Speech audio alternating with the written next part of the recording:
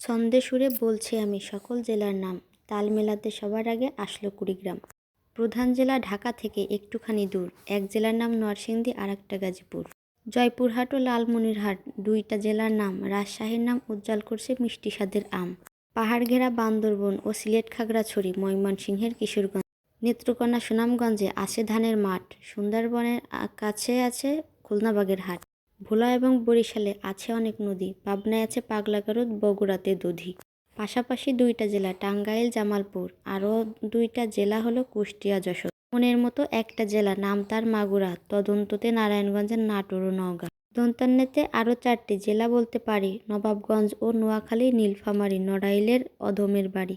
গঞ্জ দেয়া মানিকগঞ্জ হয়, আরও মুন্সীগঞ্জ, গোপালগঞ্জ হয়, হবিগঞ্জ হয়, আরও সিরাজগঞ্জ। চাঁপাবনবাবগঞ্জও কিন্তু গঞ্জ দেওয়া হয়, এদের ছাড়া বাংলাদেশে আর কোনো গঞ্জ নয়। রংপুর এবং রাঙামাটি, নামটা রঙে রাঙা, নামের জন্য আরও সুন্দর চাঁদপুর চুয়াডাঙ্গা। কক্সবাজার নামের জেলা, আছে সাগর পাড়ে, পঞ্চগড়টা পড়ছে বন্ধু দেশের এক কিনারে। ফেনী জেলার নামটা মাত্র 2টা অক্ষর দিয়া, সবচেয়ে বেশি অক্ষর লাগে লিখতে দেশের দিকে এসে দেখি বলছে পুরের মেলা, নামের শেষে পুর লাগানো অনেকগুলো জেলা।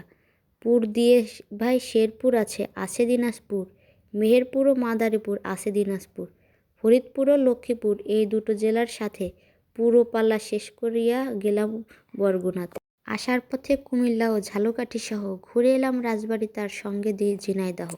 গাইবান্ধার নাম বাদ থাকে আর মাত্র এক হালি, তাদের মধ্যে একটা জেলার নাম পটুয়াখালী। এখন শুধু বাকি আছে 3টা জেলার নাম, এদের মধ্যে একটা জায়গা হইল চট্টগ্রাম। সাতক্ষীরায় আর ঠাকুরগাঁয়ে হইল এই গান শেষ, এদের নিয়েই গড়া আমার সোনার বাংলাদেশ। কবিতা আর ছন্দ দিয়ে পুরা 64 জেলার নাম বলে গেলাম। এদের মধ্যে আপনার জেলার নাম কি সেটা কমেন্ট বক্সে জানিয়ে যাবেন। আমার বাড়ি নড়াইলে, আপনার বাড়ি কোন জেলা এটা অবশ্যই কমেন্ট বক্সে জানিয়ে যাবেন। কোনো জেলার নাম বাদ পড়ে থাকলে সেটা অবশ্যই বলবেন। আর এর সাথে শেয়ার করছি আমার ছাদ বাগানের কিছু টমেটো গাছ। আমার ছাদ বাগানে প্রচুর পরিমাণ টমেটো ধরছে। আমি গাছ লাগাতে অনেক ভালোবাসি। বেলকনিতেও অনেক সুন্দর ফুলের গাছ হয়েছে, এটা টবে লাগিয়েছি। চারপাশ দিয়ে দূরের থেকে দেখতে বেশি ভালো লাগে, তবে গাছগুলো এখন একটু শুকিয়ে গেছে। অসংখ্য ধন্যবাদ সম্পূর্ণ ভিডিওটি দেখার জন্য।